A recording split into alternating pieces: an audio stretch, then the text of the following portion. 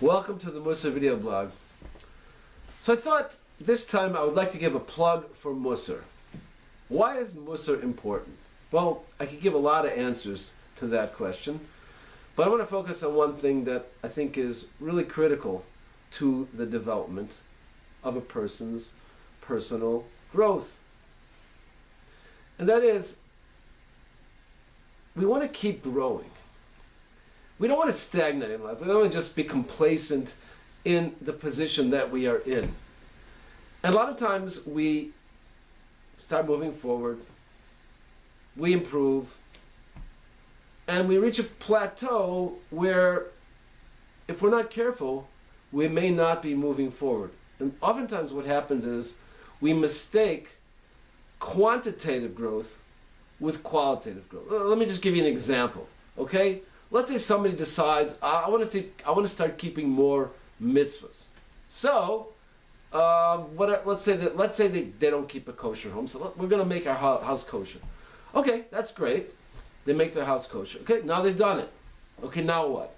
Oh, let's do something else. They pick another mitzvah. Let's start working on that mitzvah. So there is clear-cut quantitative growth. Does that mean as a person they're becoming a different type of person? A little bit. But let's say after they finish doing a bunch of this stuff and now they've sort of plateaued, they're just keeping the status quo, doing the stuff they're doing, and now they look at themselves and say, well, are we still growing? Well, we used to be doing this, adding that, all kinds of additions, we're making changes in our life, and the growth seems to stop. And the problem is because they were into quantitative growth. They were doing more activities. But were they really changing as a person? And that's where the real challenge comes. And we never want to get a point in life where we're not continuously becoming better. I am becoming a better me. I am becoming kinder. I am becoming more selfless. I am becoming more devoted to God. I am living a more spiritual existence. My values are changing. We want to keep improving all the time. How does that happen? I think an essential way for that to happen is through the study of Mussar. Mussar gets our heads and our hearts thinking in the right direction.